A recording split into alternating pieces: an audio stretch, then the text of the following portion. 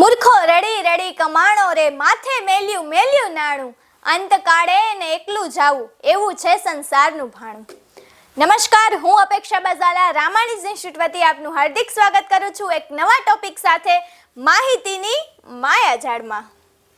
આજનો ટોપિક એટલે એક એવું વ્યક્તિત્વ જે જલારામ બાપાના ગુરુ હતા, અને વ્યક્તિત્વ એટલે સંત ભોજા ભગત. ભોજા ભગત જેમને ભોજલરામ તરીકે પણ ઓળખવામાં આવે છે. શું તમને ખબર છે? જાણો છો ભોજા ભગત વિશે? મેં હમણાં ઘણા લોકોને પૂછીને જોયું તો ખબર પડી કે મોટા ભાગના લોકોને ખબર જ નથી કે ખરેખર સંત ભોજા ભગત કોણ હતા. તો મિત્રો, ચિંતા નહીં કરો, હું એવા જ ટોપિક લઈને આવું છું જે મોટા ભાગના લોકોની જાણ બહાર છે. તો ચાલો જાણીએ સંત ભગત ઉર્ફ ભોજલરામ વિશે.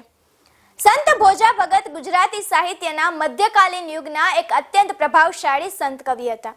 તેઓ તેમના કટાક્ષમય કાવ્ય પ્રકાર ચાબખા માટે વિશ્વભરમાં જાણીતા છે.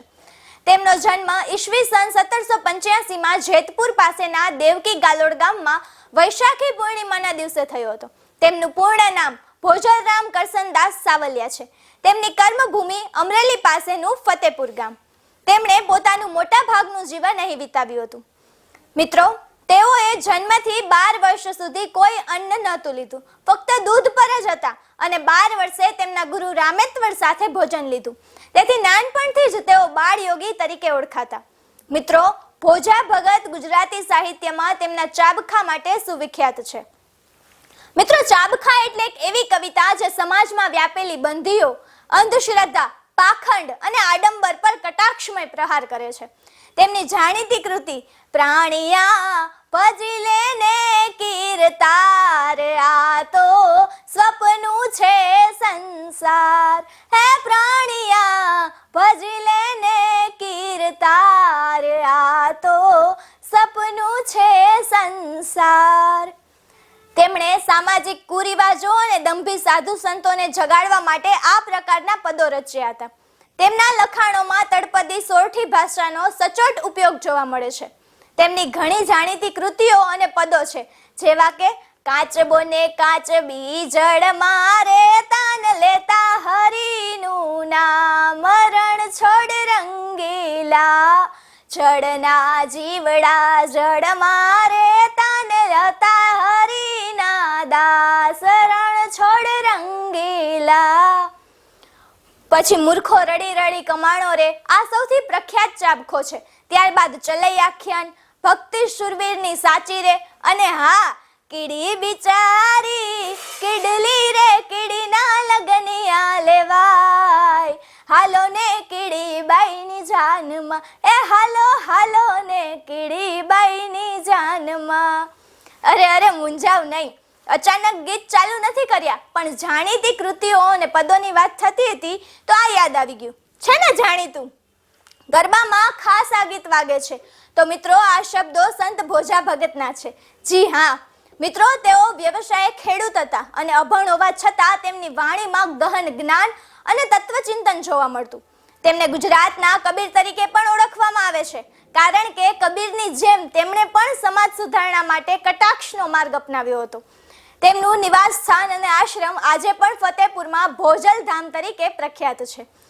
જીવને શ્વાસ તાણી સગાય, ઘરમાં ઘડી ન રાખે ભાઈ, હે જીવને શ્વાસ તાણી સગાય, ઘરમાં ઘડી ન રાખે ભાઈ. મરણ પામેલા માણસ સાથે બંધાયેલી સ્વાર્થી સમાજની માનસિકતા અને કરવામાં આવતા વ્યવહાર ઉપર આવા જબરદસ્ત કટાક્ષ કરતા તેમના ચાબખા ઘણા પ્રખ્યાત છે. મિત્રો, ભોજા ભગતના અનેક શિષ્યો હતા, જેમાંથી 2 સૌથી પ્રસિદ્ધ સંતો છે. પહેલા સંત જલારામ બાપા વીરપુર, અને બીજા સંત વામલરામ ઘિયાવડ. મિત્રો, સંત ભોજા ભગત અને જલારામ બાપાનો સંબંધ ગુરુ શિષ્યની પરંપરામાં સુવર્ણ અક્ષરે લખાયેલો છે. જલારામ બાપાને બાપા બનાવવામાં અને તેમનામાં સેવાના સંસ્કાર સિંચવામાં ભોજા ભગતનો મોટો ફાળો હતો. જલારામ બાપા જ્યારે યુવાન હતા ત્યારે તેમના મનમાં ભક્તિ અને સેવાની પ્રબળ ભાવના જાગી હતી. તેઓ સાચા ગુરુની શોધમાં હતા. તે સમયે ફતેપુરમાં રહેતા ભોજા ભગતની ખ્યાતિ ચારેય દિશામાં ફેલાયેલી હતી. જલારામ બાપા ફતેપુર ગયા અને ભોજા ભગતના શિષ્ય બન્યા. ભોજા ભગતે જલારામ બાપાને જે મંત્ર આપ્યો તે હતો રામ નામ લેવું અને ટુકડો ત્યાં હરી ટુકડો, એટલે કે ભજન કરવું અને ભૂખ્યાને ભોજન કરાવવું. અને ગુરુની આજ્ઞા માનીને જલારામ બાપાએ 1876 વિક્રમ સંવતમાં વીરપુરમાં સદાવ્રત શરૂ કર્યું, જે આજે 200 થી વધુ વર્ષો પછી પણ અવિરત ચાલુ છે. મિત્રો, જલારામ બાપા હંમેશા કહેતા કે હું તો માત્ર એક સેવક છું, જે કંઈ છે તે મારા ગુરુ ભોજરામની કૃપા છે. અને આજે પણ વીરપુરમાં જલારામ બાપાના મંદિરે ભોજા ભગતની પાઘડીના દર્શન થાય છે. શું તમે જાણો છો, ભોજા ભગતના આશીર્વાદથી જલારામ બાપાને ત્યાં ભગવાન સાધુના વેશે આવ્યા હતા અને તેમને જોડી અને દંડો આપ્યા હતા, જે આજે પણ વીરપુરમાં પૂજાય છે. મિત્રો, ભોજા ભગતે જલારામ બાપાને વચન આપ્યું હતું કે દેહ ત્યાગ સમયે તેમને દર્શન આપીને દેહ ત્યાગ કરશે. તેથી જીવનના અંતિમ સમયમાં તેઓ વીરપુર જાય છે અને ત્યાં એક રાત રોકાય છે. બીજા દિવસે સવારે જલારામ બાપા પાસેથી શ્રીફળ માંગે છે. એ શ્રીફળ લઈને બેસી ઓમનો નાદ કરી દેહ ત્યાગ કરે છે. જી હા મિત્રો, ઈસવીસન 1850માં વીરપુર ખાતે જલારામ બાપાના ગામે સંત ભોજા ભગતનું અવસાન થયું. વિચાર તો કરો, એ સમયે કેવા કેવા મહાન ગુરુઓ હતા. જો તમને આવા કોઈ વ્યક્તિત્વ વિશે ખબર હોય અને જે ઓછા લોકોને જાણ હોય તો એવા ટોપિક અમને કમેન્ટ કરી જરૂર જણાવજો. ચાલો ફરી મળીશું એક નવા ટોપિક સાથે માહિતીની માયાજાળમાં.